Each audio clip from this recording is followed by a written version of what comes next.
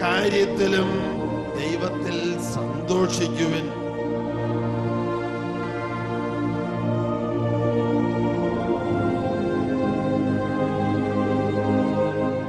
നിങ്ങൾ ആർക്കു വേണ്ടി ചോദിക്കുന്നുവോ ആ 10,000-ങ്ങൾക്ക് പരിശുദ്ധാത്മാവിന്റെ നിറവ് കൊടുക്കാൻ ദൈവം പദ്ധതിയിട്ടിരിക്കുന്നു.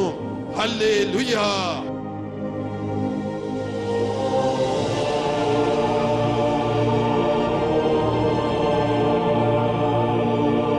സഹനം തന്ന്, കഷ്ടത തന്ന്, തകർച്ച തന്ന് ദൈവത്തെ അന്വേഷിച്ച് കണ്ടെത്താൻ ദൈവം നമ്മെ നിർബന്ധിക്കും.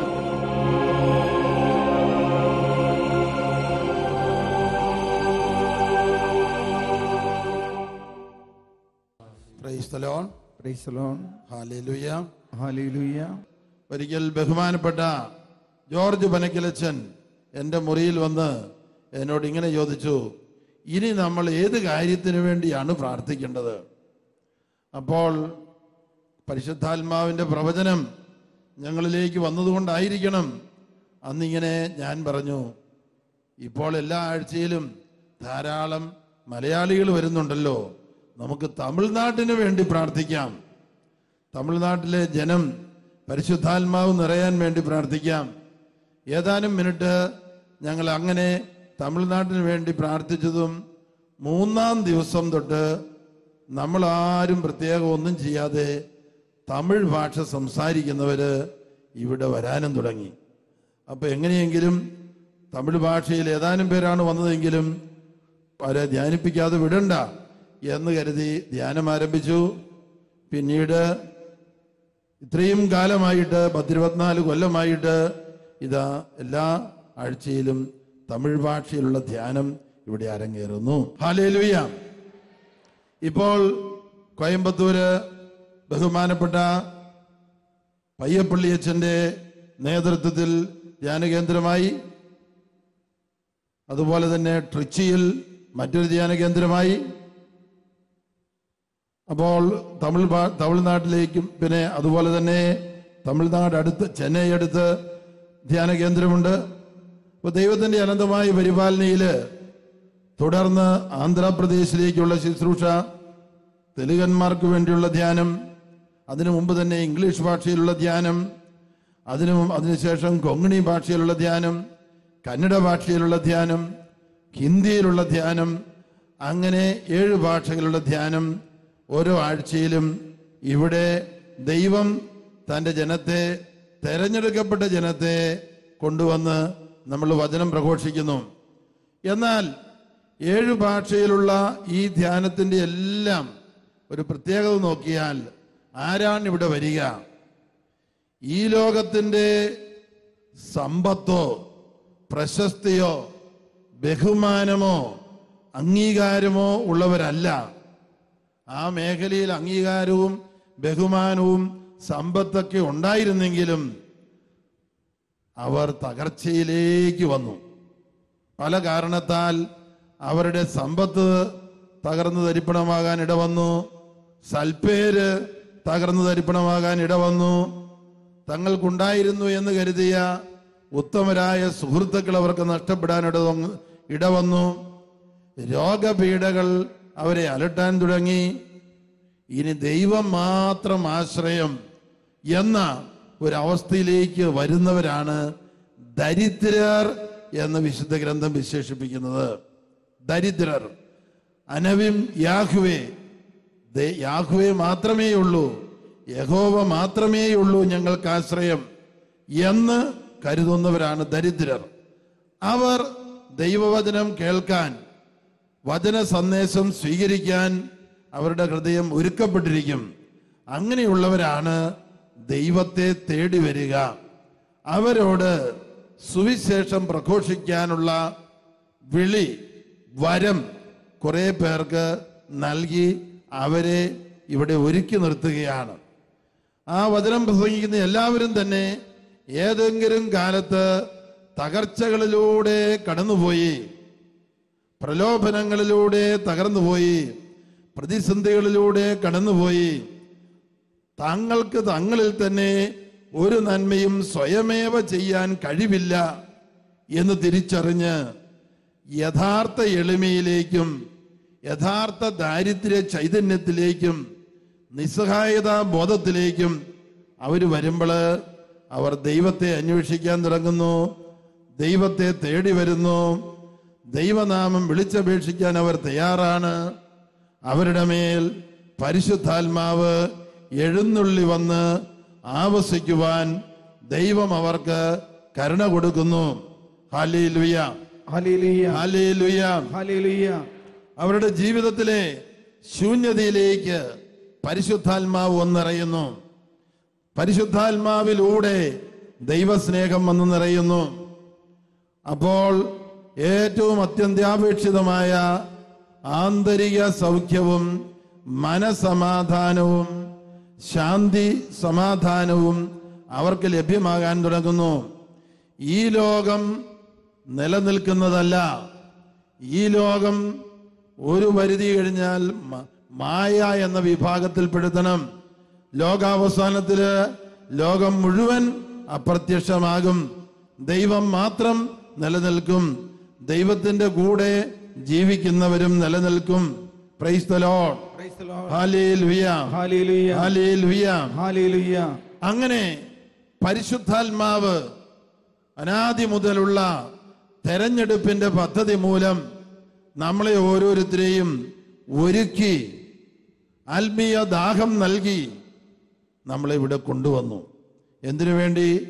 നമ്മുടെ തകർച്ചയിലേക്ക്, നമ്മുടെ ബലഹീനതയിലേക്ക്, നമ്മുടെ സഹന ഓർമ്മകളിലേക്ക് ദൈവത്തിൻ്റെ പരിശുദ്ധാത്മാവ് വന്നിറഞ്ഞ് നമുക്ക് ആന്തരിക സൗഖ്യം ലഭിക്കും.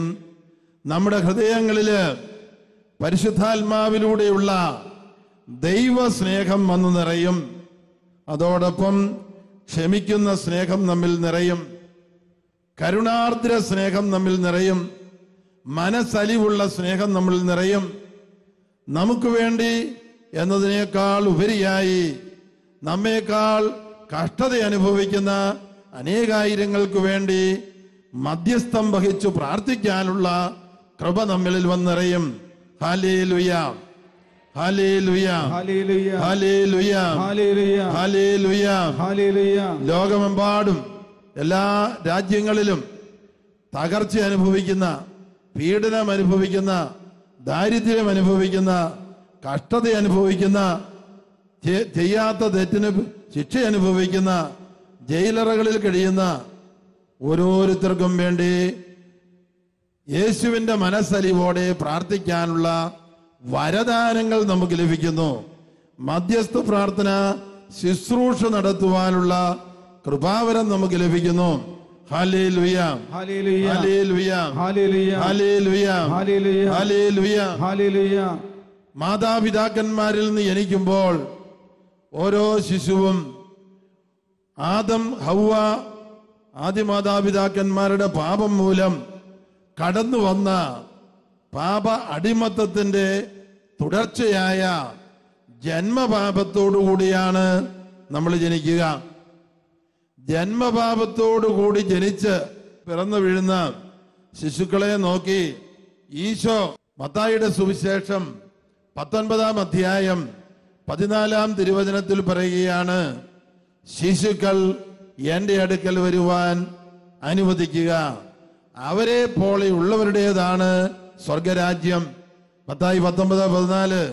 ശിശുക്കൾ എൻ്റെ അടുക്കൽ വരുവാൻ അനുവദിക്കുവിൻ, അവരെ പോലെയുള്ളവരുടേതാണ് ദൈവരാജ്യം എന്ന് പറഞ്ഞാൽ ദൈവരാജ്യം സ്വീകരിക്കാൻ, പരിശുദ്ധാത്മാവിനെ സ്വീകരിക്കുവാൻ ഏറ്റവും ഒരുക്കപ്പെട്ടത്, ആ എളിമയുള്ളത്, ആ ഒന്നുമില്ലായ്മയുടെ അഭിഷേകം നിലനിൽക്കുന്നത് ശിശുക്കളിലാണ്.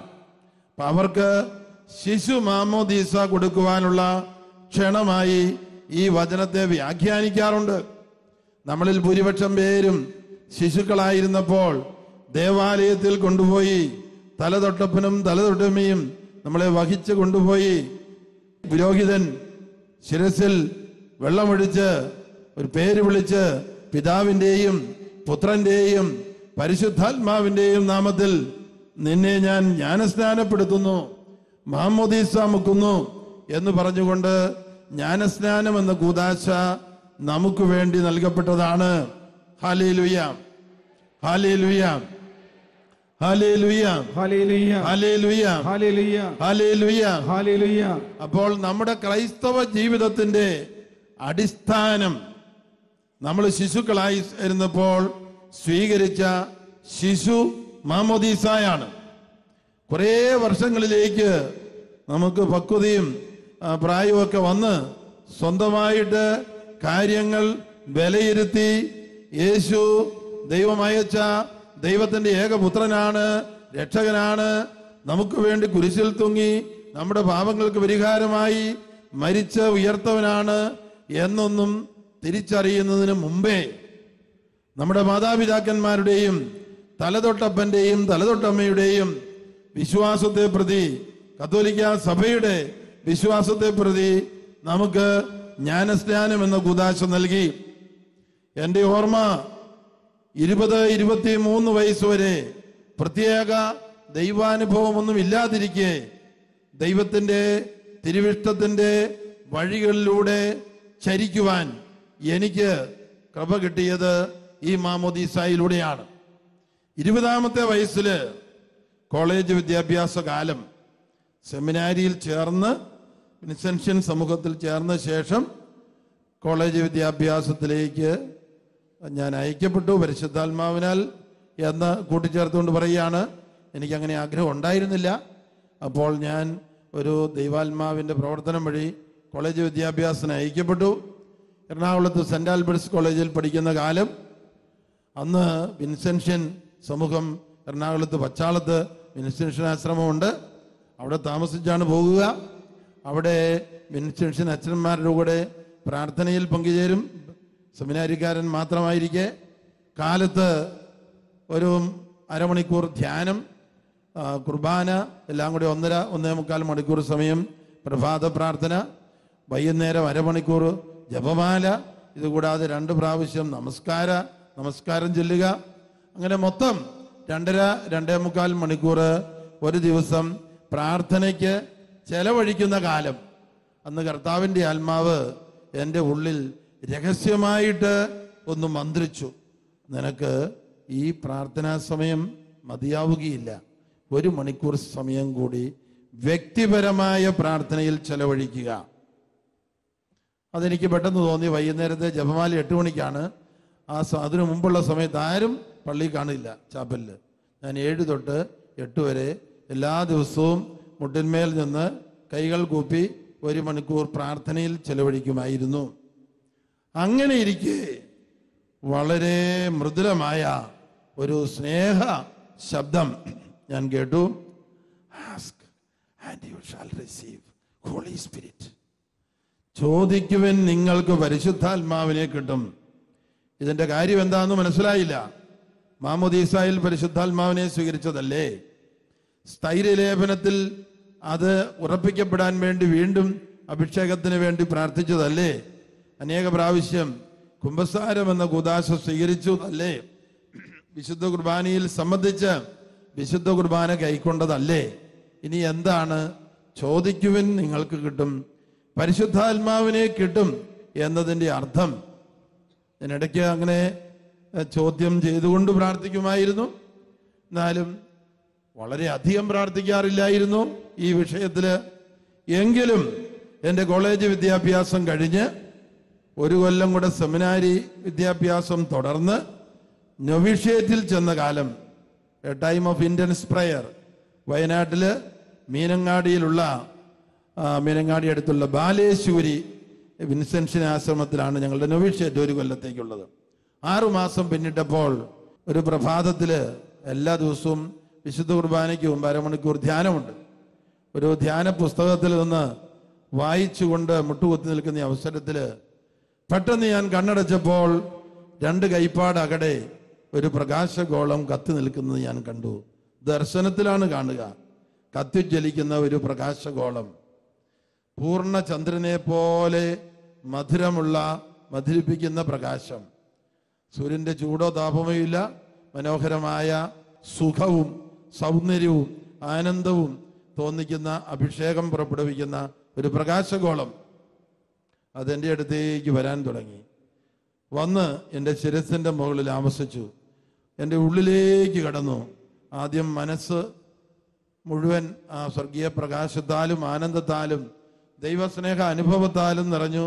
പിന്നെ എൻ്റെ ശരീരം മുഴുവൻ ആ പ്രകാശത്തിൻ്റെ ആ ഇല്യൂമിനേഷൻ, ഡിവൈൻ ഇല്യൂമിനേഷൻ, ആ കത്തിജ്വലിക്കുന്ന പ്രകാശത്തിൻ്റെ അഭിഷേകത്തിൽ, പ്രകാശ ദിവ്യമായ ശോഭയിൽ, ദൈവസ്നേഹ അനുഭവത്തിൽ, ആത്മീയ ആനന്ദത്തിൽ ഞാൻ 15 മിനിറ്റോളം ചെലവഴിച്ചു.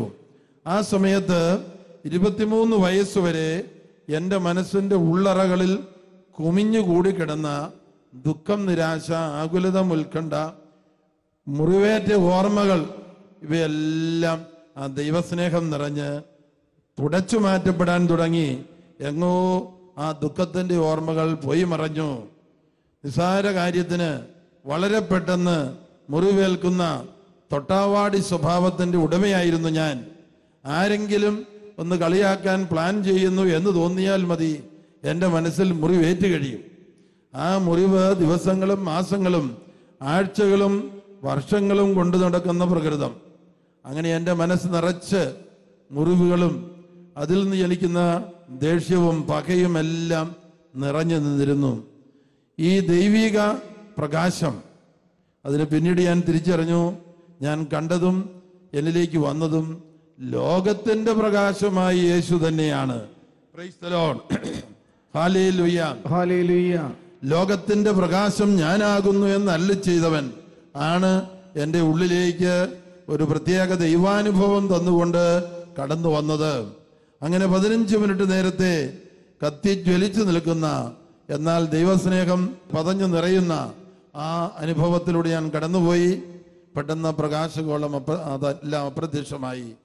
പിന്നെ 1 മാസം കഴിഞ്ഞപ്പോൾ ഇതേ അനുഭവം വീണ്ടും എന്നിൽ ആവർത്തിക്കപ്പെട്ടു. 10-15 മിനിറ്റ് നേരത്തേക്ക് വീണ്ടും ഇതേ അനുഭവം, ഇതേ സൗഖ്യസ്പർശനം, ദൈവസ്നേഹാനുഭവം, ദൈവിക പ്രഭ, പ്രകാശ പ്രചരിമ എന്നിൽ കത്തിജ്വലിക്കുന്ന ഈ അനുഭവം വീണ്ടും ഒരു 15 മിനിറ്റ് നേരത്തേക്കുണ്ടായി.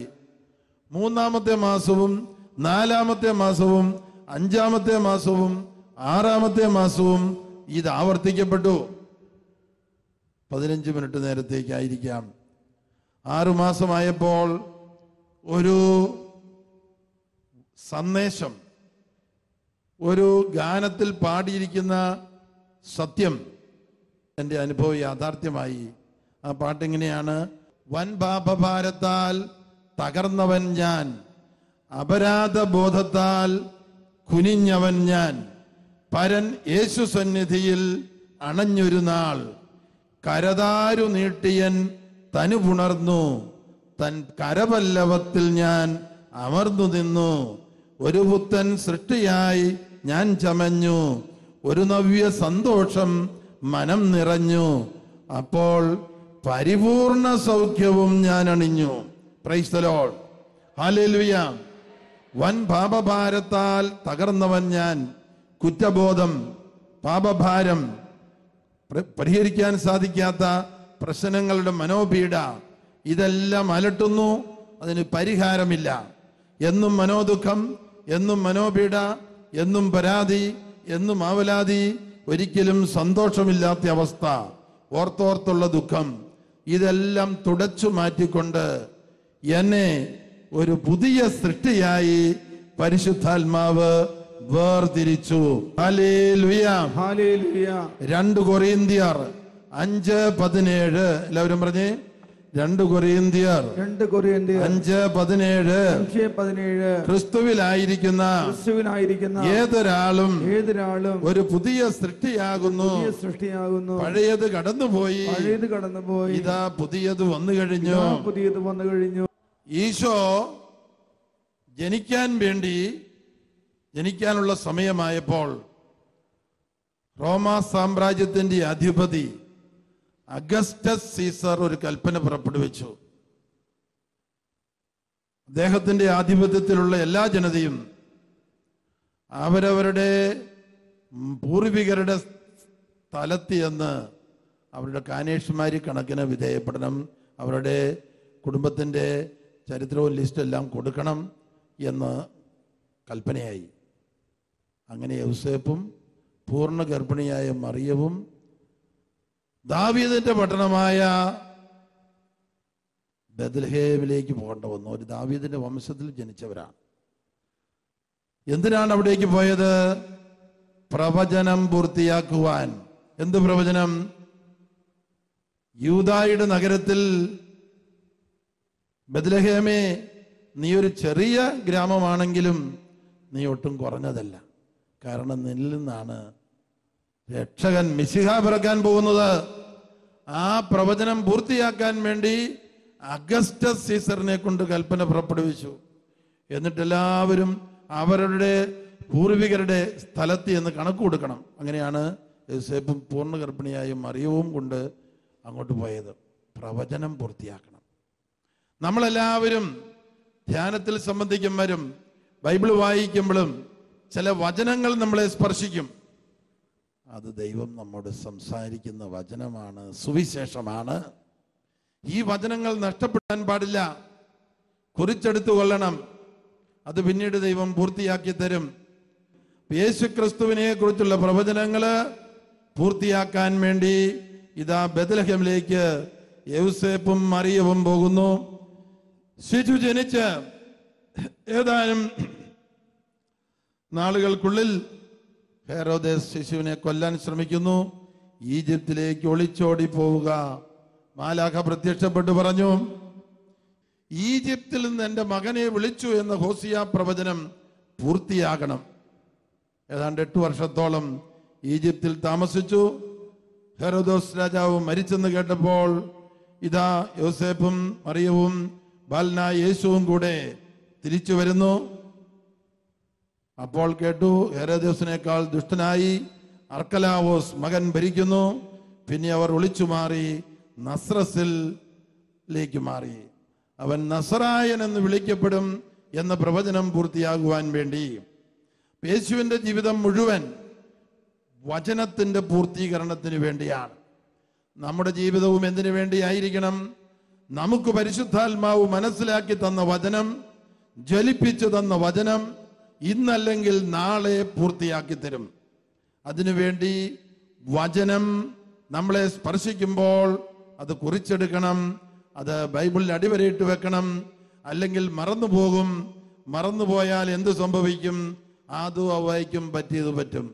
ആദു ഹവ്വായോടും ദൈവം മറഞ്ഞത് അവർ മറന്നുകളഞ്ഞു. ഒരു പ്രത്യേക വൃക്ഷത്തിന്റെ കനിയിൽ നിന്ന് തിന്നരുത്, അത് തിന്നാൽ മരിക്കും എന്ന കൽപ്പന മറന്നു. ആ വൃക്ഷത്തിന്റെ ചുവട്ടിൽ ആ സ്ത്രീ പോയി നിന്നു, ഹവ്വ. അവിടെ സാത്താൻ വന്നു. സാത്താൻ അവളോട് സംസാരിച്ചു. പാപ സാഹചര്യങ്ങളിൽ പോയി നിൽക്കാൻ പാടില്ല. മദ്യം ഉപേക്ഷിച്ചവൻ മദ്യപിക്കുന്നവരുടെ കൂട്ടുകെട്ടിൽ പോയി ഇരിക്കാൻ പാടില്ല. മദ്യപിക്കുന്നവരിൽ പൈശാചിക ശക്തിയുണ്ട്. ഇന്നല്ലെങ്കിൽ നാളെ ആ പിശാച് നിന്നെയും കീഴ്പ്പെടുത്തും. വ്യഭിചാരികളുമായിട്ടുള്ള സംസർഗം, മ്ലേച്ഛത സംസാരിക്കുന്നവരുമായിട്ടുള്ള സംസർഗം പാടില്ല. ഫോണിലൂടെയാണെങ്കിലും ചീത്തപുസ്തകം, അതുപോലെ പോർണോഗ്രഫി, നഗ്നചിത്രങ്ങൾ ഇവ കണ്ട് ആനന്ദിക്കുന്ന വ്യക്തികളുടെ അടുത്ത് പോയി ഇരിക്കാൻ പാടില്ല. ബ്ലൂ ഫിലിം കാണുന്നവരുടെ കൂടെ പോയി ഇരിക്കാൻ പാടില്ല. അവരിലേക്ക് ആ പിശാച് വന്നു കഴിഞ്ഞിട്ടുണ്ട്.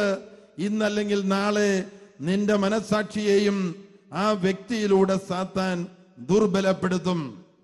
അതുകൊണ്ട് പ്രഭാഷകന്റെ പുസ്തകം 21:1-2 വചനങ്ങളില്, പ്രഭാഷകൻ 21:1-2 വചനങ്ങളിൽ പറയുന്നു, മകനെ, നീ പാപം ചെയ്തിട്ടുണ്ടോ?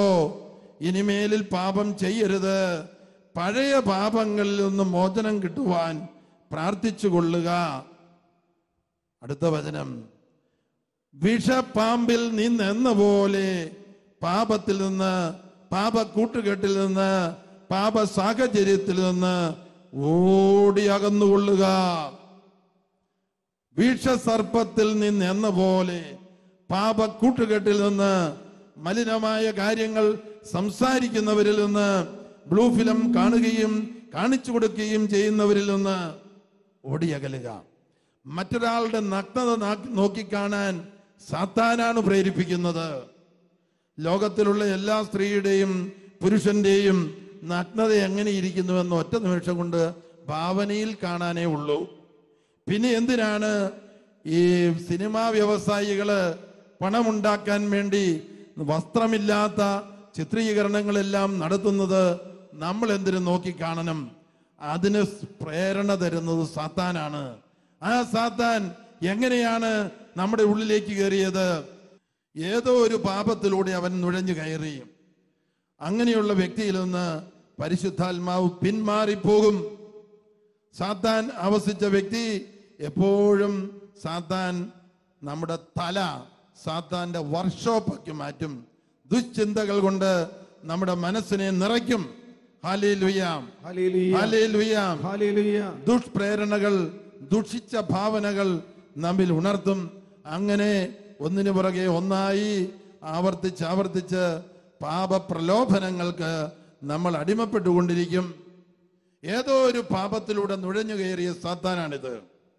നമ്മൾ പശ്ചാത്തപിച്ച് പാപത്തെ വെറുത്തുപേക്ഷിച്ച്, പാപ സാഹചര്യങ്ങളെ വെറുത്തുപേക്ഷിച്ച് നല്ല കുമ്പസാരം കഴിച്ച് പാപമോചനം സ്വീകരിക്കണം. പാപമോചനം കിട്ടിക്കഴിയുമ്പോൾ പിശാച് സ്ഥലം വിടേണ്ടതായിട്ട് വരും. വീണ്ടും പരിശുദ്ധാത്മാവ് നമ്മിൽ ആവസിക്കും. Hallelujah, hallelujah, hallelujah. എല്ലാ കാര്യത്തിലും ദൈവത്തിൽ സന്തോഷിക്കുവിൻ.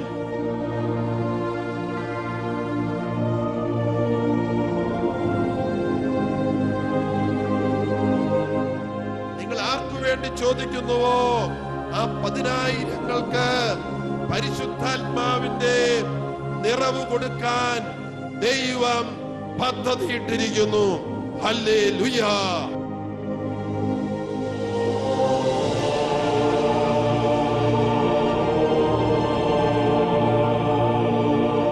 സഹനം തന്ന്, കഷ്ടത തന്ന്, തകർച്ച തന്ന് ദൈവത്തെ അന്വേഷിച്ച് കണ്ടെത്താൻ ദൈവം നമ്മെ